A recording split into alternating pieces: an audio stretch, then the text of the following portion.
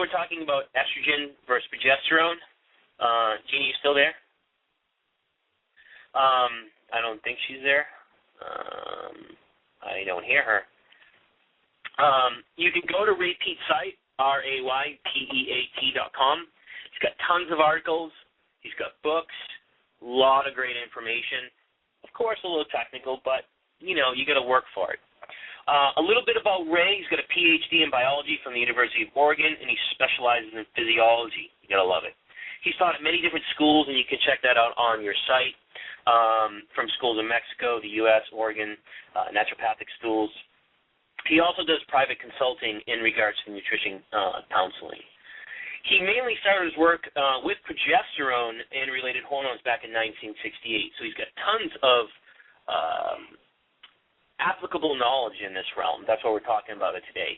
He's done many papers on physiology and chemistry and physics, done dissertations outlining progesterone and other hormones closely related to it, and the list goes on and on and on. Of course, a lot of people know by now that he's really big into hormones and regulating the thyroid and using foods that are beneficial to the body based on our physiology. So if you want to learn more about him, check out his website, RAYPEAT.com. Tons of articles and books. Let me grab Jeannie and Ray, because I think they're on the other line. Just give me a second. We still got to... you there, Jeannie? Ray? Yes, I'm here. All right, we can hear you now. Welcome. How are you doing, Ray? Very good, thank you. Great, thanks for coming back on. I know everyone's excited. We've got, tons and tons of listeners, so let's get to it. We're going to be talking about estrogen and progesterone today, which, of course, is more hormones, and we'll kind of intertwine this all together. It's hard to get specific, but I guess it seems like you've been studying this for, back since the 1960s. I guess our first question is, what sparked your interest in the whole estrogen, progesterone, etc., I guess, hormonal thing? Because you have lots of articles and a lot of your books are correlated with that. What kind of got you to go down that avenue? It really started just as a little kid growing up and noticing things. Whenever I would see a medical textbook, I would read that. They were generally more interesting than novels. And when I worked in the woods, one of the old-timers pointed out that when they wanted a pine tree to bear seeds, they would chop it with an axe, and that made it bear fruit. And I heard stories about how stress would bring on puberty prematurely, and those ideas started blending with what I was hearing and seeing from, like, a woman in the 50s who took a shot of estrogen, immediately came down with rheumatoid arthritis, which got worse with each injection and completely cleared up when she stopped using it. And a classmate's mother had a shot of estrogen for menopause, and within 30 minutes was psychotic and was committed to the state institution for several months. And the daughter, the classmate, began using contraceptives shortly after that and died of a stroke. And other young women who were using those first very high estrogen contraceptives were being disabled by hemorrhaging and such. And so it was in the culture by the time I decided to go to graduate school in biology, but my intention was to study brain biology, nerve biology, and that grew out of my interest in psychology and linguistics. But it turned out that the real science was being done in the endocrinology department rather than in the very ideological nerve biology area. And the fact that I had moved from Mexico to Oregon at about the time I started graduate school, I started noticing my own health was changing with the dark, rainy winters in Oregon. And I started hearing stories from girls that came to go to graduate school and would get a cheap basement apartment and would spend all winter with PMS. And so that, even though I hadn't yet started studying endocrinology, I was seeing more things that were coalescing into the interactions of the environment with the hormones. And I had been reading. I taught school. I was assigned a course in physics for biology majors, and in reading widely to know how to orient that, I ran across Hans Selye's early work, and in the 40s he had already very well characterized the functions of all of the steroid hormones. He wrote a thing called the Encyclopedia of Steroid Hormones, and he demonstrated that a large dose of estrogen created a shock condition. It had all of the features of shock. And progesterone imitated all of the features of the stress-protecting hormones, so that animals didn't need their adrenal glands if they had a steady supply of progesterone or if they were pregnant.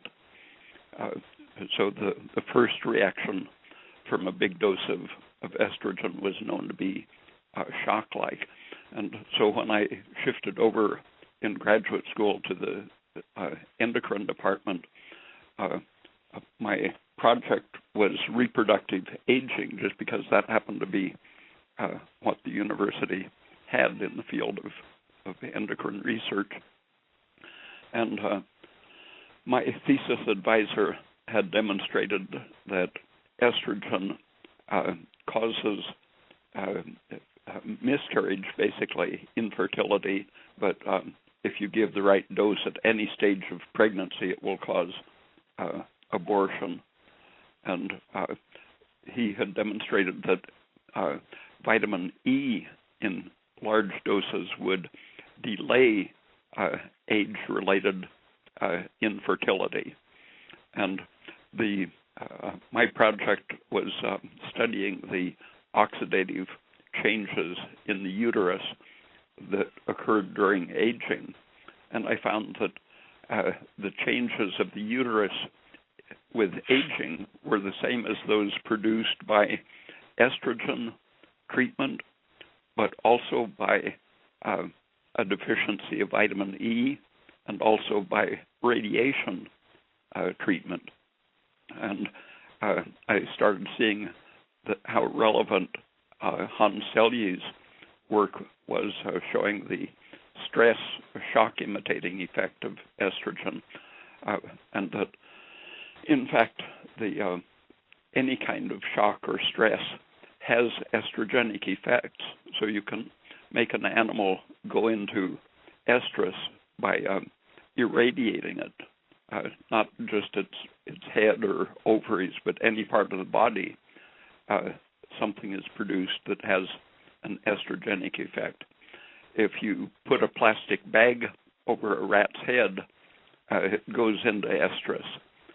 Suffocation activates the so-called estrogen receptors and will actually increase the production of estrogen and the sensitivity to estrogen. And even without estrogen, those stress situations will imitate the functions of estrogen. Interesting. A lot of people probably haven't, some people haven't read about Hans Selye, and he was someone back in the day that kind of, I would say, if I could be incorrect or correct, coined the term stress and developed the general adaptation syndrome. Now, when we talk about estrogen, I guess we'll get into the whole radiation thing, and we can talk about where it comes from. But I guess I want your take on this because so many people, because of synthetic estrogens and our environment with estrogens and the stress reaction with estrogen, I think a lot of people make the misconception that it's essentially bad. And correct me if I'm wrong. I mean, essentially, it's really not a female hormone because men and women both have it, correct? But also, we actually need it to survive. It's a problem when it becomes more of an excess that it's a problem. Yeah, it's really the essential masculinizing hormone. The females can have it at the crucial developmental stage, but they have a lot of a protein called alpha-fetoprotein that inactivates estrogen. So at that stage, estrogen will create a male functioning organism, while it won't affect the healthy female fetus or infant, because the female is simply protected against estrogen by that special protein. Mm-hmm. So its basic early function is as a masculine hormone, and the estrogen industry really is where the idea came from, that it's a female hormone. It was identified in the ovary, but the main ovarian hormone, which is the feminizing hormone, is progesterone, and men have quite a bit of progesterone, but women, probably the reason women live longer than men is that they are able to produce much more progesterone than men, since men produce it mainly in their adrenal glands. So I think for everyone listening, that's super important to hear that, and Ray can correct me if I'm wrong, but, when it comes to estrogen and progesterone, there's no such thing as a male hormone or female hormone because we both have them. It's how they're labeled based on maybe whoever the research, whoever is doing them. And they both play a huge role in how our physiology works, how our hormonal system works. So it's really not that we men have this and women have that. We both have them, and we actually need them. It's one becomes very deficient or excessive in a sense that it creates an imbalance. So I think that's an important part. And remember that men and women produce them. It's not just a female thing. It's an excitatory transmitter, and its effect in females is the main effects are to cause the pituitary to produce prolactin, to cause the breasts to develop, produce more tubules and keep growing, where progesterone stops the growth and differentiates them, and to cause the uterus to expand greatly in preparation for pregnancy. But those effects, there's a great surge of estrogen right around the time of ovulation that lasts for about 12 hours, and that releases histamine in many tissues that activates a great surge of cell division. Both histamine and serotonin are released by estrogen. And pregnancy requires that only in the sense that the uterus is activated and made sensitive to the contact of the fertilized ovum, and that preparatory activation is what estrogen is needed for. But you can substitute many other irritants. You can cause implantation to happen just with histamine in the absence of estrogen. So estrogen isn't really essential for reproduction by the female in that sense that you can substitute other things. So in regards to estrogen and progesterone, you could have already mentioned this, but Beside the menstrual cycle and fertility, we talk about these hormones, and I know you talk about estrogen being excitatory, and I do want to talk about histamine and prolactin and all these other hormones because I think it's important for people to understand them, as well as serotonin, which is your newest newsletter, which is fabulous, by the way. But what other role do these things play in our lives beside the menstrual cycle, or I should say women's menstrual cycle? I mean, you talk about how estrogen regulates blood sugar, right? It excites. If you have too much of it, it will cause insulin to be over-secreted and can lower blood sugar that way. But even though it doesn't need an estrogen receptor to activate a cell, just about every cell in the body contains estrogen receptors, and they tend to be increased by stress. But there are other hormones that can imitate estrogen's excitatory effects on the uterus and breast, for example. The pituitary is the source of many excitatory hormones, and so in great stress, you get estrogenic influences from even the ACTH, prolactin, FSH, and so on in the pituitary. These act on many tissues in the same way that estrogen does. The thyroid stimulating hormone itself has some effects very similar to estrogens. Right. I guess it's kind of, I'm sorry, go ahead. No, go ahead. I was going to say, going a little bit off topic, and we can come back. You're talking about estrogen and progesterones. There's so many people getting tested for these, and now there's so many new ways because you hear all these people saying, well, blood is inaccurate because in blood, estrogen and progesterone are bound to proteins like albumin and sex hormone-binding globulin. But in saliva, they're not, so saliva is more accurate. Now, I go back and forth. I keep bouncing back and forth, and then I know there's a lot of people out there that don't know what to do, and it's hard because, you see these people that are suffering, they go to their doctor, they do a blood lab, everything's fine, and then they go do a saliva lab with someone, and they see that, something's deficient, like progesterone, and they're estrogen dominant. Can you give us your philosophy or thoughts on which one you feel is a little more accurate, and why we see this difference? One of the problems with lab tests is that each lab tends to have its own standard, and there are practically no studies in which healthy people have been sought out for blood tests to establish the normal. They usually use people who are sick with something else to establish the normal for a given blood test result.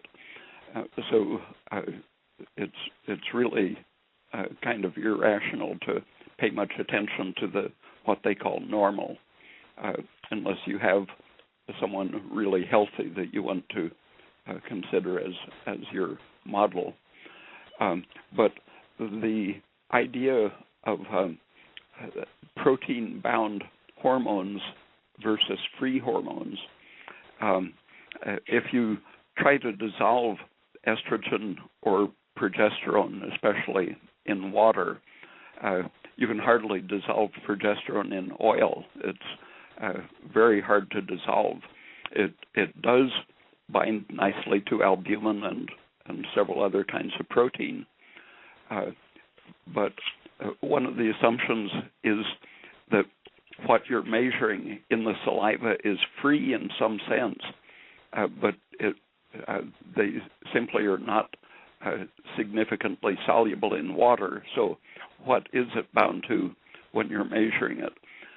The tests done in the lab that are called free progesterone or free estrogen are really done by dialysis, which means that the hormone which is bound to a protein is able to pass through a membrane which is usually a protein membrane, and is picked up on the other side by something which also is not in the watery phase, an antibody, for example, or other protein.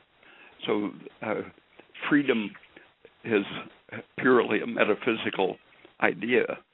Everything is moving along on the microscopic level, a solid phase. So there's no real meaning to outside of the laboratory this distinction. So the saliva, if the hormones are associated with something, but it just isn't well defined what they're associated with.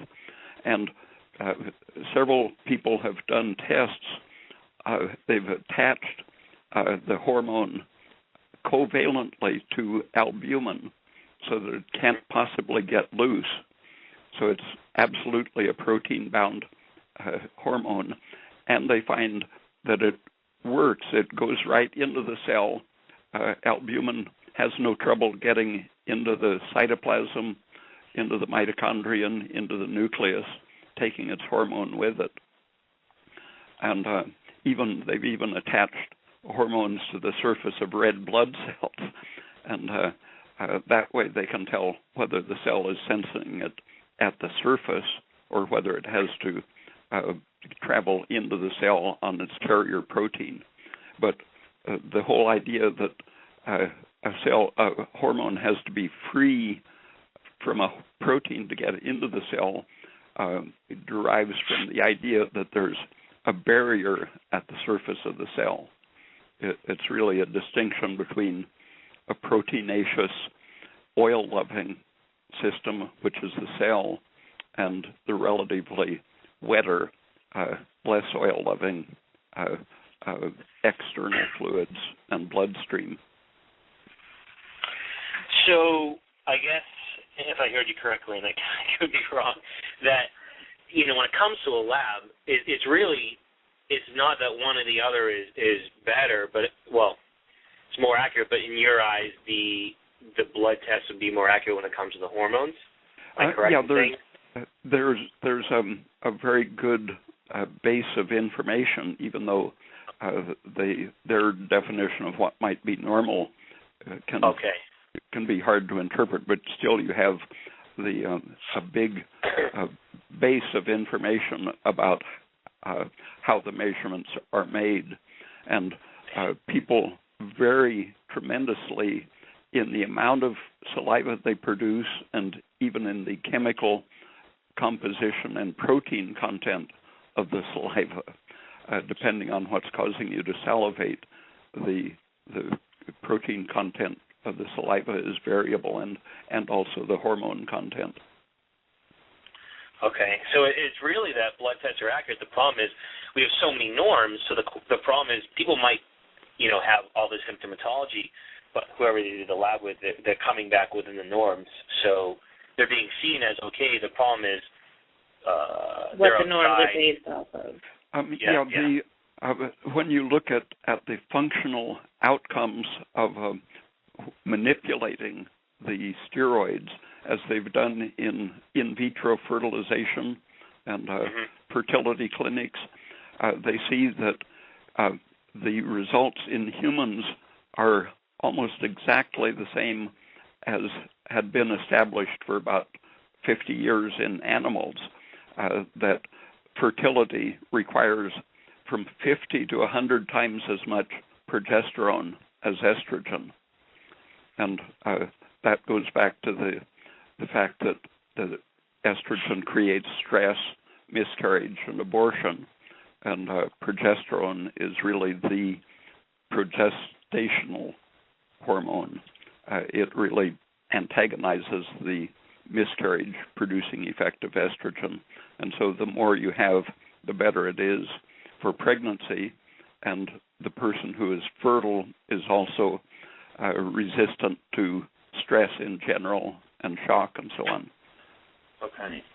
And I think that's kind of somewhere I want to go right now as far as discussing estrogen and its role in stress and how that all kind of comes together, because even speaking in speaking about infertility and all these clinics that have popped up and how much more infertility we're seeing with people and miscarriages and whatnot. And again, estrogen's role in stress and how that all kind of comes together, because I think it's a huge problem when we're seeing such a huge, whether it's an estrogen dominance or a progesterone deficiency, kind of what are some of the environmental components that are contributing to this? Because when people think stress, they think emotional or this or that, but it's really more looking out around the environment to see what's creating this imbalance in women, because, I mean, I know I'm probably not the only one that's seen this huge imbalance.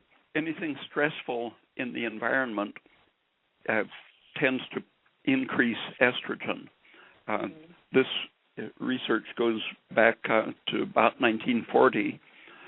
The Biskins showed that malnutrition, after the Second World War, they tested it on humans, but they had been testing it on rats, showing that malnutrition and other stresses would increase the estrogen. Primarily in their studies, malnutrition caused the liver to be unable to destroy estrogen, which normally 100% of the estrogen that gets to the liver is prepared for excretion by the kidneys or into the bile.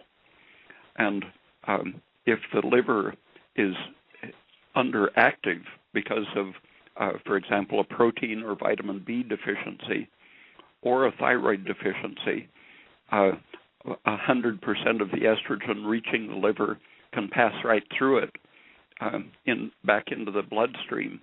And that recirculating estrogen then turns on the adrenal stress hormones directly by acting on the adrenal cortex and by blocking the ability of the thyroid gland to secrete the thyroid hormone, which is needed by the liver to inactivate estrogen.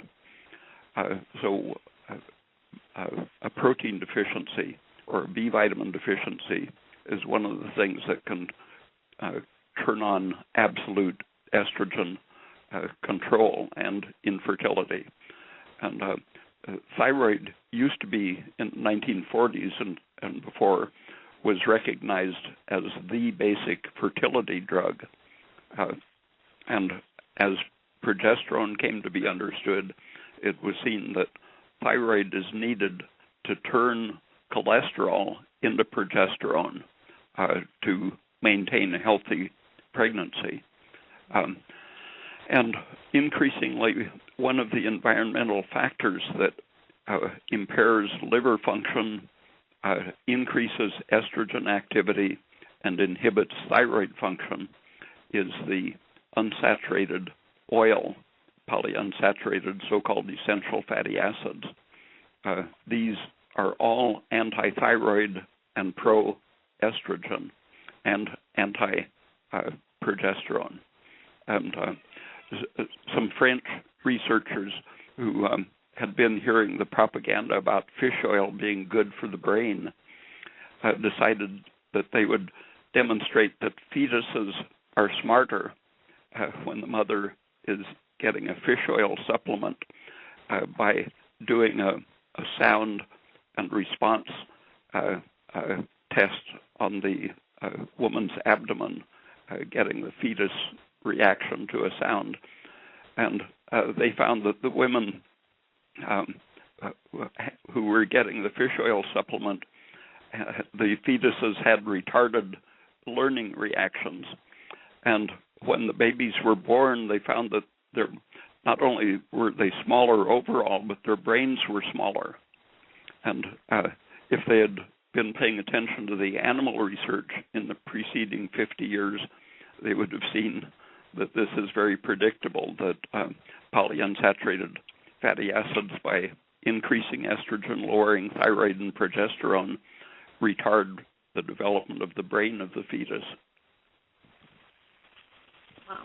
So any stress alone, obviously, like you said, can mimic the estrogen reaction, but you're saying that foods in itself can actually, like foods that are high in unsaturated fats or fish oils, can actually mimic that reaction, which can downregulate the thyroid, as well as, what's the word I'm looking for, not back up the liver, but create liver toxicity problems, as well as, gut issues and inflammation and things like that, correct? Yeah. The intestine is a very important factor because the liver excretes part of the estrogen through the kidneys by making it water soluble, but part of it, which isn't that water soluble, goes into the bile and is excreted with the feces, assuming everything is working right.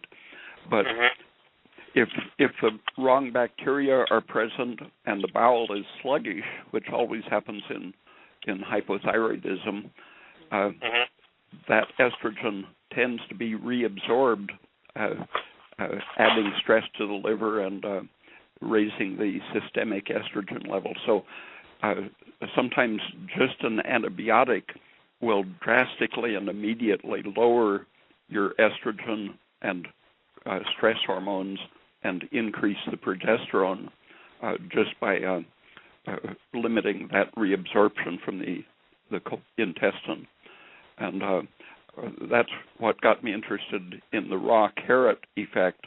Right. You see the same effect, lower estrogen and cortisol and higher progesterone within about 3 days of eating a raw carrot every day. So everyone that's listening, he talked about this last show.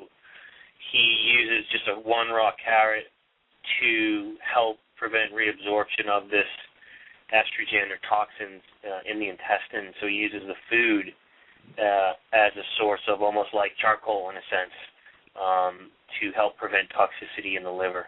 As well as absorbing the estrogen like charcoal, it reduces the absorption of endotoxin and serotonin. The intestine is a constant source of stress from endotoxin according to how irritated it is and how poorly digested the starch and fiber are and so on. And once it gets irritated, then it can produce massive amounts of serotonin that disturb the whole system. Right. Now, we're talking about estrogen, but there's other hormones that are correlated with it. So maybe if we could touch upon, kind of rewind a little, and talk about, prolactin and what it can do to the body and their correlation maybe with, osteoporosis and cortisol and adrenaline and even histamine, because we're talking about them. I think it's important for people to know it's not just estrogen, it's how it can actually cause a hormonal cascade of all these other hormones, including serotonin. The brain, many people have been taught that mast cells or basophils are the only cells that produce histamine, but any cell in the body seems to be able to produce it. Cancer cells can produce it. Brain cells, there's a network in the lower part of the brain that specializes in histamine signaling to the rest of the brain, and it seems to be a stress organizing influence. And serotonin is the other general stress signaling system in the brain. When anything goes wrong, your brain activates the histamine and serotonin system, and prolactin is one of the stress-reacting hormones. ACTH and thyroid-stimulating hormone or others, but the prolactin can be used as an indicator of many bad conditions. It tends to increase steadily with aging in both men and women. And the normal range for prolactin about 30 years ago was lowered because they saw that people with the I forget the units, but the standard number, the top had been 20, but they started seeing that that was really, the top number was increased because of the large number of women who were using birth control pills, and there was an epidemic of prolactin-secreting pituitary tumors resulting from the contraceptive estrogen exposure. And so 30 years ago, the healthy normal range for prolactin was set back to 2 to 12. And with age, that's a healthy person will rise in old age to maybe 8 or 10 or something like that. But just a few years ago, the top number was raised in some labs to 25 or 30 because the average person is now in a stressed, hyperprolactinemic condition. So if you don't feel reassured if your prolactin is only 18 or 20 on the test, because everything is under stress when it's that high. Right. And I know... It's been known for many years that prolactin is a major factor in bone loss. Right. A longtime editor of the Yearbook of Endocrinology, in one of his, I think it might have been the very last volume he edited, he said it's interesting that prolactin causes osteoporosis, that estrogen increases prolactin, but people are being told that estrogen will prevent osteoporosis. And he said, what's going on? And that was his last year as the editor of that book. And it's men develop osteoporosis progressively with age and with increasing prolactin. So men also have a tendency for the estrogen to creep up with age, pushing the prolactin and stress hormones up.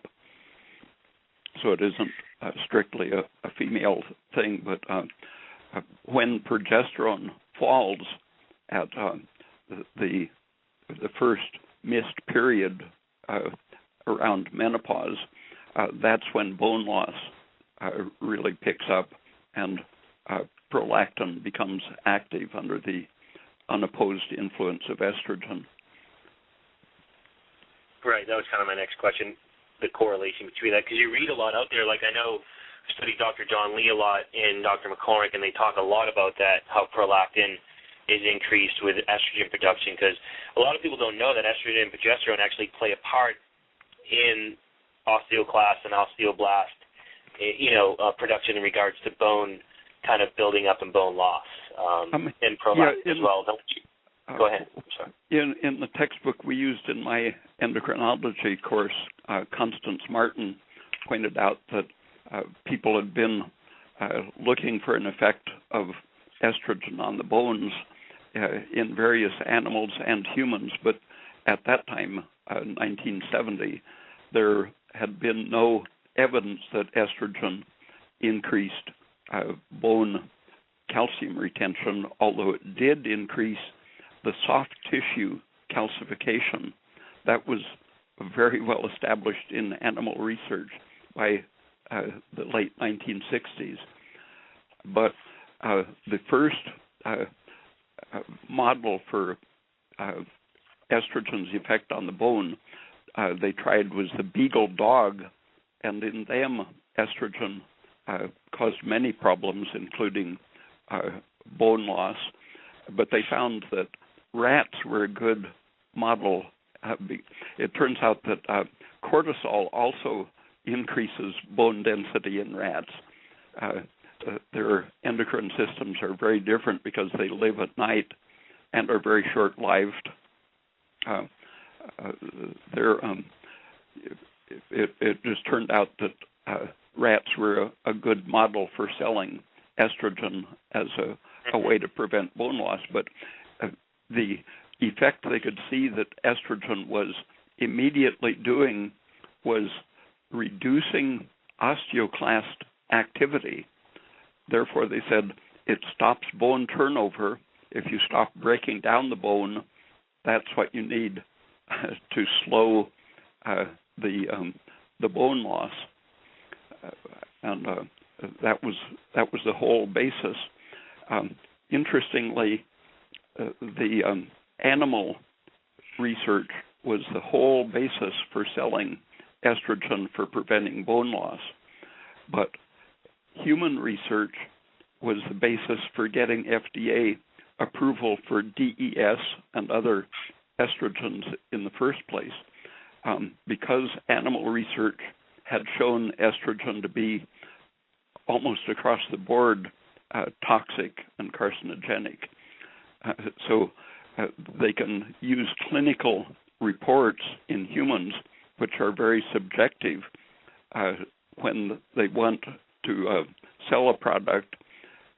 But if they can find an animal model where they don't have any data in humans, they'll use the animal model. So it's important to look what the salesmen are referring to. Is it a clinical or an animal model, and how relevant and valid are they? Right. Yep. Ray's got a lot of good stuff out there, guys, as well as Dr. John Lee. And there's another gentleman named Dr. McCormick who did a radio show on osteoporosis, so you can read more about that. When we'll talk a little bit more about estrogen, then I want to talk about progesterone because we're getting carried away with estrogen, which is important, but maybe talk about, because a lot of people that are listening are practitioners, but a lot of lay people, so some of the stuff goes over their head. What kind of explain, because I know you talk about one of your books, there's kind of 4 ways you can be estrogen dominant, and maybe talk about some of the symptoms per se, like you talk about puffy skin and hypothyroidism, things like that. Maybe talk more about some of the symptoms that people might see if they are estrogen dominant or progesterone deficient. Since it's excitatory, it can temporarily increase alertness. It acts on the same enzymes that cocaine acts on to increase the adrenaline action in the brain, and increases verbal activity so that women can talk twice as fast as men under the influence of estrogen. And that's sold as a cognitive virtue, except that carried on for a long time is excitotoxic to the nerves and causes loss of nerve cell function. And the more acute effects of estrogen dominance in the brain can include chorea,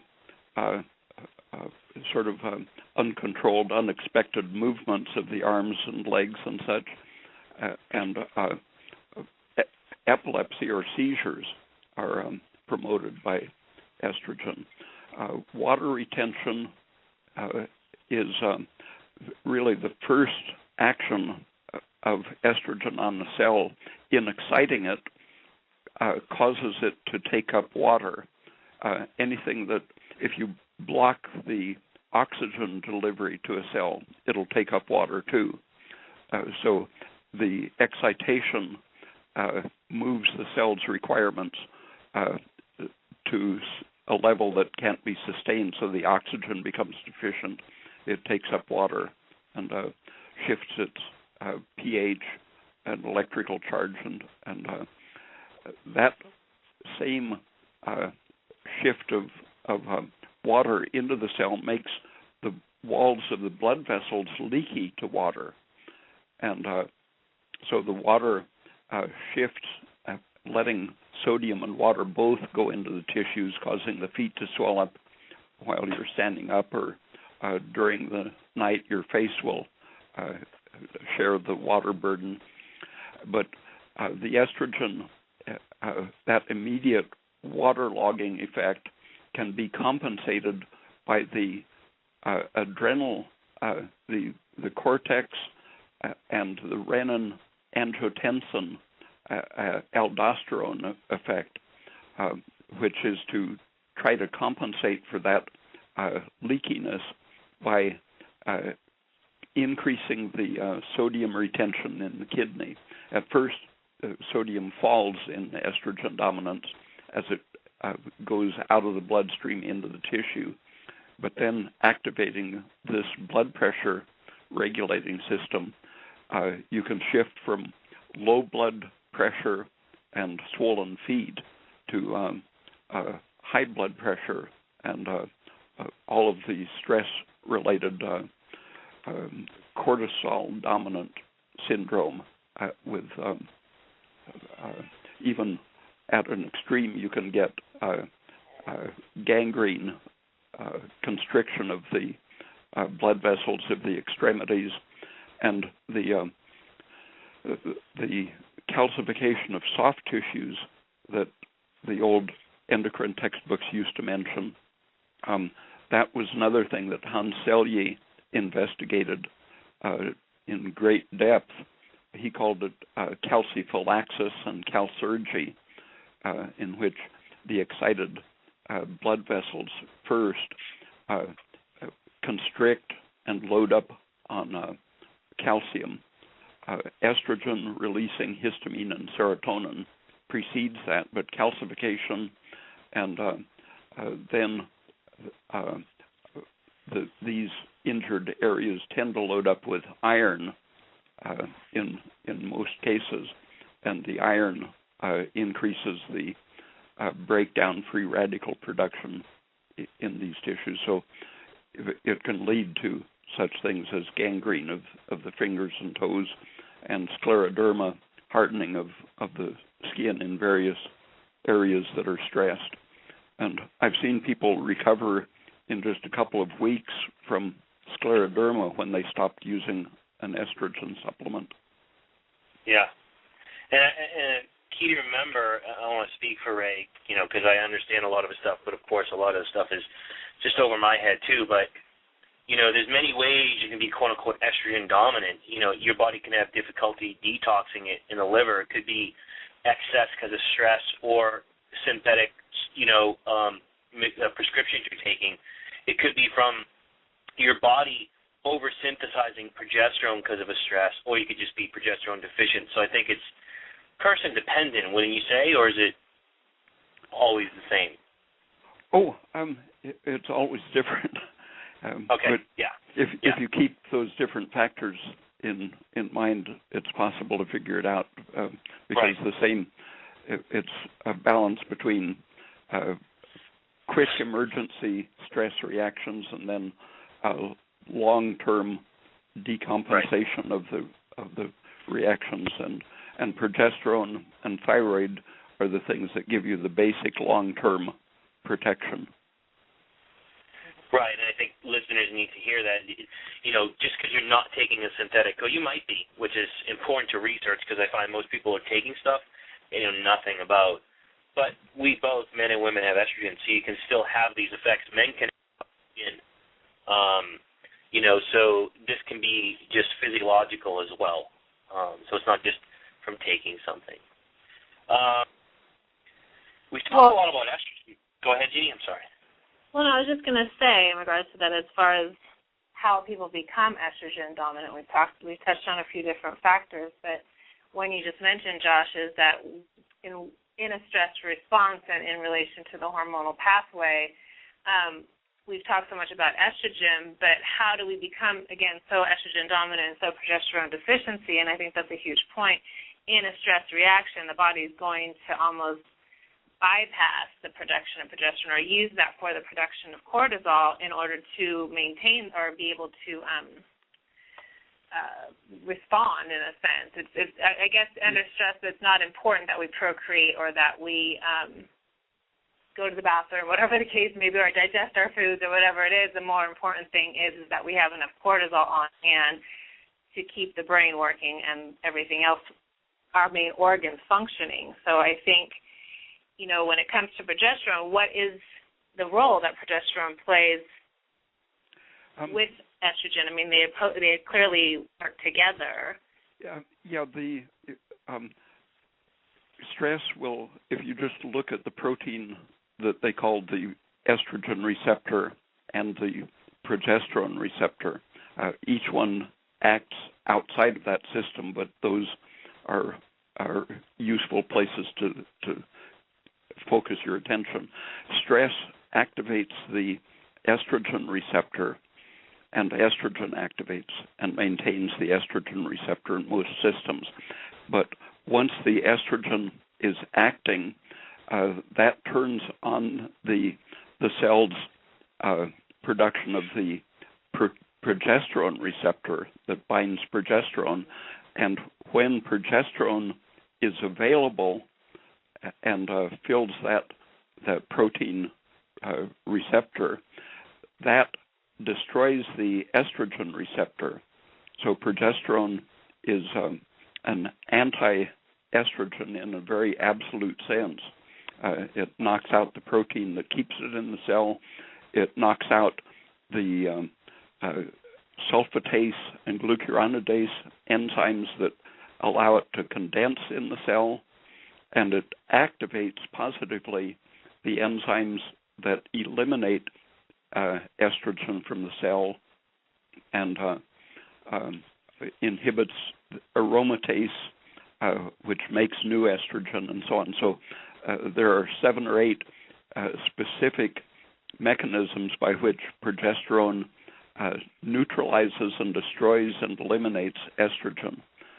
So many people have wanted to say that it synergizes with estrogen, but it doesn't really. It destroys estrogen in a very thorough manner. But estrogen, if your body can respond, if it has thyroid, vitamin A, and cholesterol, which are the materials needed to convert cholesterol to progesterone, given an estrogen stimulation, your body will make a massive amount of progesterone, get rid of the estrogen, and go on to differentiate the functioning, for example, of the breast and the uterus for lactation and pregnancy. And the progesterone counters the effect on all of the peripheral effects. For example, estrogen activates the adrenal cortex to produce aldosterone and cortisol, and progesterone not only counteracts that effect in the adrenal gland, but even if you're injected with aldosterone and cortisol, if you have adequate progesterone, the peripheral effects of those hormones are blocked. Progesterone will serve in place of cortisol or aldosterone if you don't have either of those, because the adrenals are removed. So it will let the kidneys function properly and take care of most inflammations and so on. But if you have an excess of aldosterone and cortisol, progesterone also prevents the toxic effects of those hormones the way it protects against toxic effects of estrogen. So progesterone fills in for a deficiency of many hormones and protects against an excess of those same hormones. Right. And you talk about, too, what role does it play with magnesium? Because you talk about a lot in your book, what's it called, like the orthomolecular progesterone book that you've written that's great and everyone should get it. Can you elaborate on its role with magnesium? Well, partly. Jerry Aikawa was a magnesium specialist who wrote at least one good book on magnesium. He showed that the cell, which needs magnesium for many functions, but for example, ATP is stabilized in the presence of magnesium, and if magnesium is deficient, you're energy deficient, and that contributes to cell swelling. If the mast cell is magnesium deficient, it can't retain histamine and serotonin and other inflammatory things, and so whatever holds magnesium inside the cell prevents inflammation and allows differentiation and good function. And Jerry Aikawa showed that thyroid the T3 especially, is what is needed by the cell to retain magnesium. And I think the production of ATP and carbon dioxide is the mechanism by which the thyroid regulates the retention of magnesium. And the reduction of histamine, serotonin, and other inflammatory things by magnesium, and its association with high energy cell metabolism and production of carbon dioxide antagonize the improper actions of calcium. When the cell is inflamed or de-energized in the absence of thyroid and magnesium, it takes up calcium. And the reason it takes it up is partly because the calcium should be held in suspension in the blood as an ion combined with carbon dioxide or bicarbonate. If you lose the bicarbonate, then the calcium goes into the cell and keeps it in an excited, inflamed state. And so the proper condition of the calcium goes with the availability of magnesium, and the magnesium keeps the platelet as well as the mast cell from degranulating and putting out serotonin and other inflammatory and clot-promoting agents. Right. Guys, the name of his book is Progesterone and Orthomolecular Medicine, and I have it in front of me, but it's a great book. It looks like a small book, but it's packed with great info.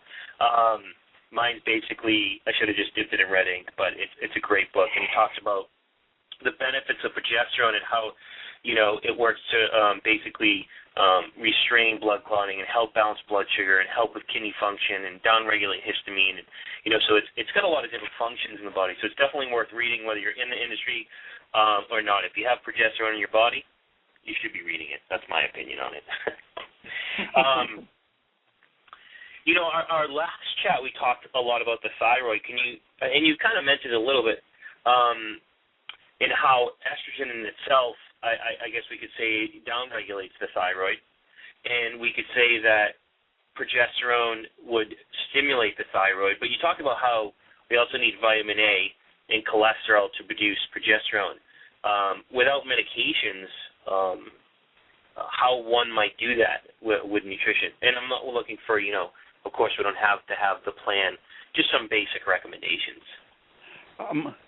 The factor of polyunsaturated fats that in the last 50 years, this has been probably the main thing interfering with thyroid function. And you can block that very quickly with coconut oil because of the quick availability of the short and medium chain saturated fats. They compete against the polyunsaturated fats for producing oxygen in the mitochondria. The short chain saturated fats are anti-inflammatory and have many indirect helpful functions, but they provide energy so quickly that they block many of the actions of the polyunsaturated fats. And the thyroid and the mitochondrial energy production are constantly under a braking influence of the polyunsaturated fats. When you're under stress, you free fatty acids to circulate. So every time you're under stress, your thyroid function is blocked a little bit, and your cellular ability to use sugar is blocked a little bit. Coconut oil gives you a temporary reprieve while it's being digested for a couple hours after eating it.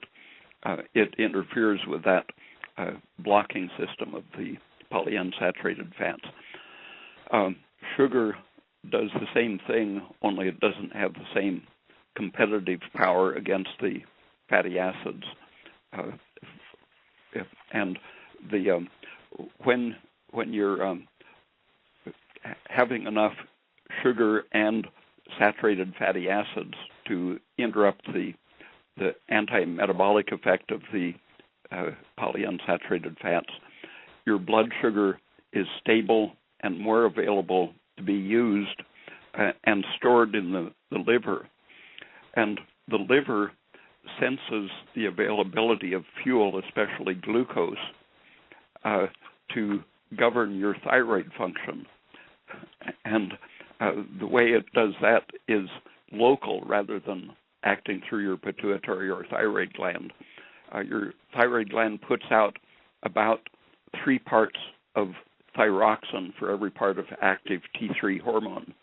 And your liver, when it senses that you have enough fuel as glucose or short fatty acids, will allow the thyroxine to be turned into the active T3 and will provide a very high and adequate thyroid hormone. The thyroid gland itself directly contributes about 30% of the active stuff. So it takes a little while for a change in the thyroid gland to affect the metabolism, where the liver is instantly monitoring the amount of fuel and adjusting accordingly. So as long as your liver has enough glucose stored as glycogen to keep your blood sugar steady for 8 hours or so, your metabolic rate will stay the same. As soon as your liver runs out of glucose, if you're not getting a steady supply from your food, then your T3 production falls immediately by about 60 or 70%, and then that your thyroid and pituitary sense those changes and will adjust slightly later than your liver. So the one reason I like Ray's philosophy, guys, is it's super unconventional, but it's really how the body works. And the thing about the thyroid is if you take away the foods that are creating inflammation and creating that stress response that he's talked about, like the cortisol, adrenaline, which downregulate the thyroid, and you eat the foods that allow for the conversion of thyroid and allow for the liver to work properly. And a lot of them, of course, are anti-inflammatory proteins. Maybe we'll do some shows on that. But eating the right types of vegetables, obviously you've seen on his site, he advocates sugar. So it's a huge part, along with everything else, the coconut oil, in regards to stimulating the thyroid and pushing you, into that anti-inflammatory state. So it can be done with food. It doesn't always have to be herbs, plant-based supplements, and things like that. So I think that's an important thing to take away. I think we got a couple more questions, and then we'll just kind of maybe take some calls if we have them, and then kind of wrap it up. I actually kind of want to ask or touch on or have Ray kind of explain, there's a lot of women out there who are, upon menopause, went to the doctor and got put on different HRT, hormone therapy, or women who are on the pill. Can you kind of talk about that a little bit and what some alternative methods may be for women who want to protect themselves against these estrogens or increased estrogens, or even, young women on the pill who are altering their hormonal balances through being on the pill? What would you... The consumption of the menopausal hormones decreased drastically after the 2002 Women's Health Initiative results came out, showing that estrogen causes strokes and heart attacks and dementia and cancer, the things that they were selling it to prevent. But the industry always comes back with propaganda pieces in all the medical journals, and so a lot of women are again being indoctrinated to take it. The short-term benefit is that it's very much like cocaine. peps you up. But if a person wants to withdraw from it, there's often a time of depression and low energy, and while adjusting the thyroid and progesterone and diet functions, sometimes it just helps to supplement coffee to keep the mental energy up. And the hot flashes are really, it's a complex set of reactions, but I experienced hot flashes when I traveled to Mexico and was exerting too much, too fast for not being adapted to the altitude. And every time I would stop and rest, I would have a hot flash. And that started me looking around, and I noticed young women who were working very hard were suffering hot flashes in their 20s. It isn't just a menopausal thing, but it's a stress, adrenaline, cortisol, very complex set of reactions. And the simplest, safest way to respond to them is, for example, if you have night sweats and hot flushes during the night, having a lot of carbohydrate at bedtime will normally be enough to stop them. And having a snack of a glass of orange juice and milk several times through the day will usually stop them. Some salty food to steady the blood sugar and adrenaline will very often be all it takes to stop the hot flashing. Now, Ray, I just want to clarify something because, a lot of people listen and they hear what you're saying, and I know what you're saying, but I know some people just hear high carbohydrate meals. And, people are always looking for a way to push someone down, and people can run with that and go, well, Ray Peat advocates eating a high carbohydrate meal. I want to clarify that my perception of what you're saying is you're talking more of the right types of carbohydrates in regards to your tropical fruits, your root vegetables, milk and sugar, orange juice. You're not talking about, pasta and Pop-Tarts and things like that. No, there are many problems with the starchy foods, so I'm strongly against all of the grainy starches in particular. If you're going to have to eat starch just to get by, it should be cooked for maybe 40 minutes as a minimum, and then eaten with cream, butter, or coconut oil, because the starch grains very easily find their way into the bloodstream, other body fluids, where in the bloodstream, they clog small arterioles and cause systemic injury chronically. They've demonstrated that in mice as well as people. So cooking the starch much more than normal and eating it with quite a bit of fat is protective, but still the people keep sending me studies showing that in a study of 5 weeks or so, they argue that there's a great benefit from feeding a high-starch diet rather than a high-sugar diet.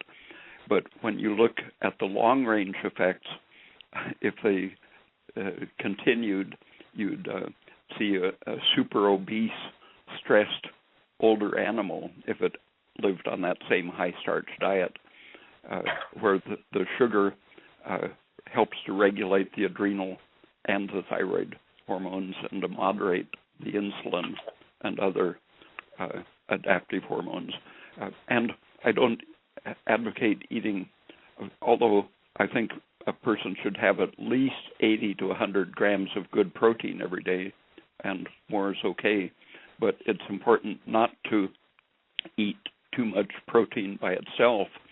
I had the experience of almost fainting after eating just eggs for breakfast when I was in a hurry in a cold climate, and I heard that it was fairly common for women on a diet, if they just ate eggs, to faint about an hour later, because the egg protein is very high quality and stimulates insulin secretion, which lowers the blood sugar, and that calls for a very intense cortisol reaction, and it often can produce a fainting reaction, but it always produces the insulin cortisol reaction, which has chronic cumulative effects, aging your brain cells and immune system and so on.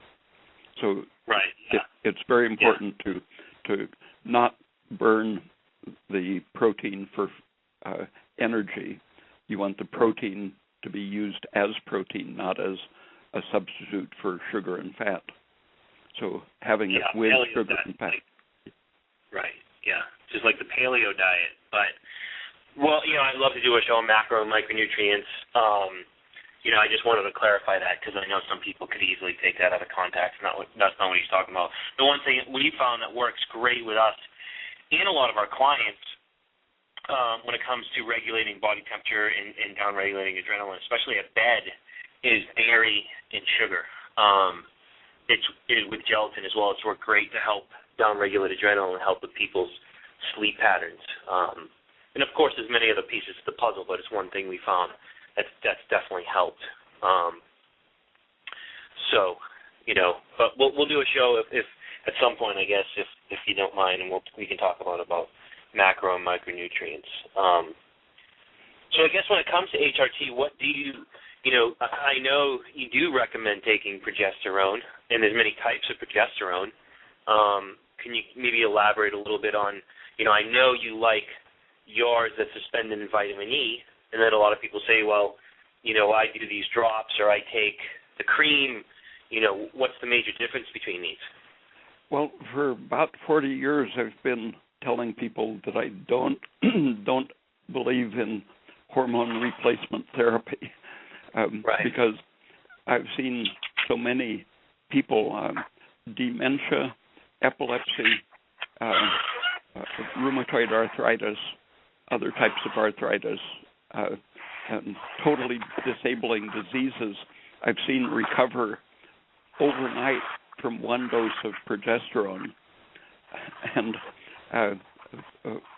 most of these people, I've seen them 10, 20, 30 years later, and they still hadn't had a recurrence of that terrible problem.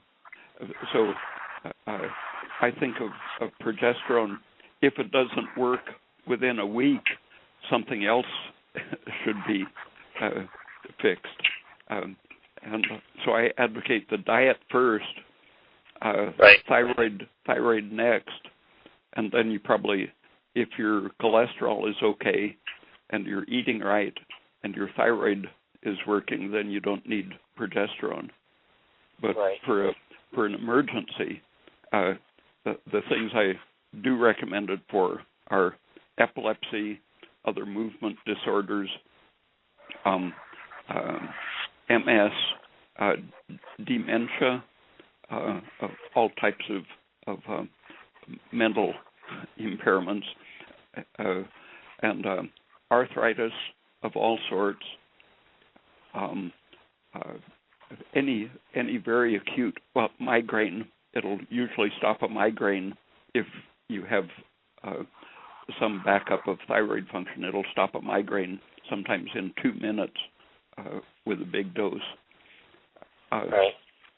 So for any disabling acute thing, for example, there are studies now being done on brain trauma patients.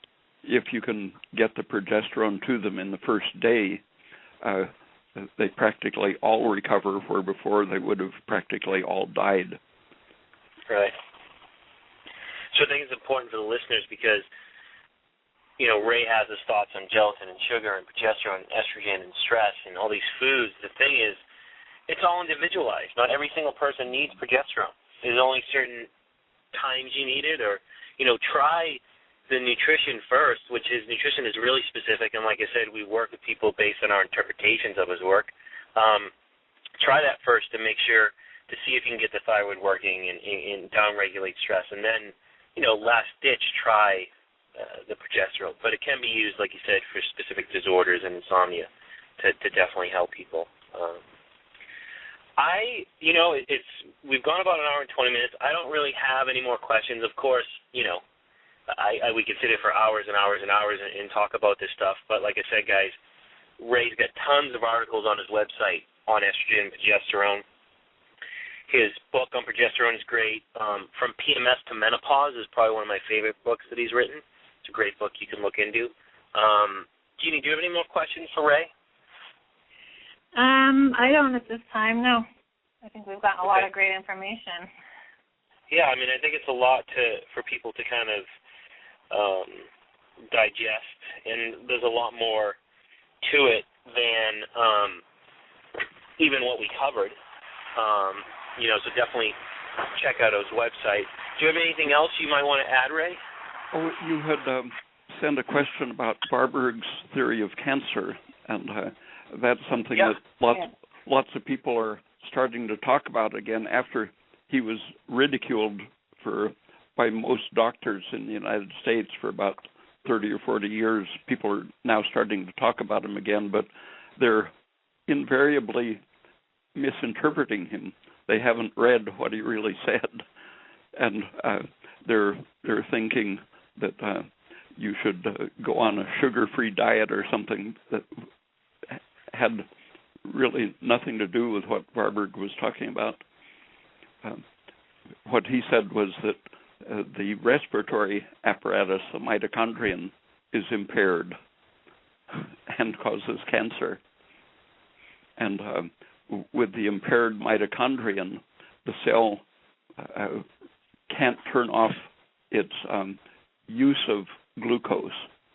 He didn't say that it stops its use of body tissues.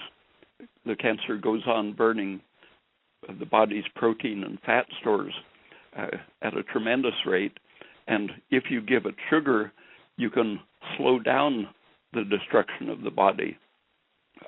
But what he emphasized was that the sugar is being converted to lactic acid even when there's a good supply of it in the body. And what you want to do is prevent the destruction of the body by the tumor, and lactic acid happens to turn on all of the stress reactions, inflammatory mediators, promoting the spread of cancer and the survival of cancer by promoting the conversion of the body into fuel for the cancer. The sugar-free diet that a lot of people are now blaming on Warburg doesn't really fit with what he did. Right. He's referring to I can never pronounce it. I think it's spelled Warburg's theory on cancer, Warburg's theory on cancer. So it's about our body's incorrect use of sugar in a sense. And when you talk about CO2 and all these different things and oxygen, I guess we could start saying it's more, estrogen even has more of an effect on that because of how it pulls oxygen from the tissues and even from our organs. Yeah, the instantaneous effect of either estrogen or unsaturated fatty acids is to imitate the Warburg effect of lacking the Pasteur effect, which is for oxygen to turn off lactic acid.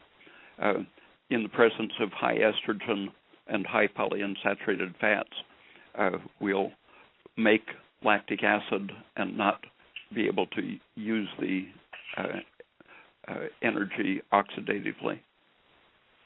And correct me if I'm wrong, that he's actually saying, or you're saying, it's actually the lack of sugar that's creating the excess estrogen, or it's the PUFAs that aren't getting sugar into the cell that's creating the cancer, and it's not too much sugar, it's actually not enough.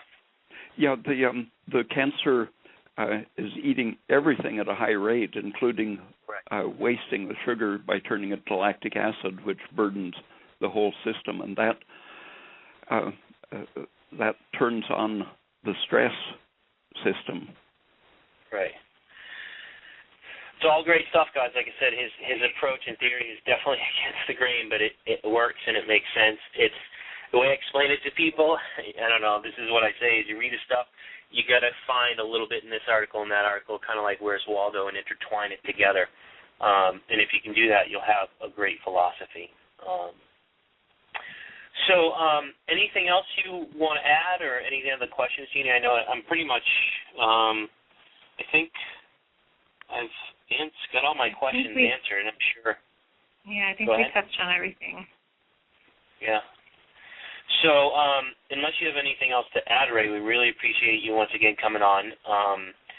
We've had tons of listeners, thousands of listeners, and people are really taking in what you say and honestly appreciating it.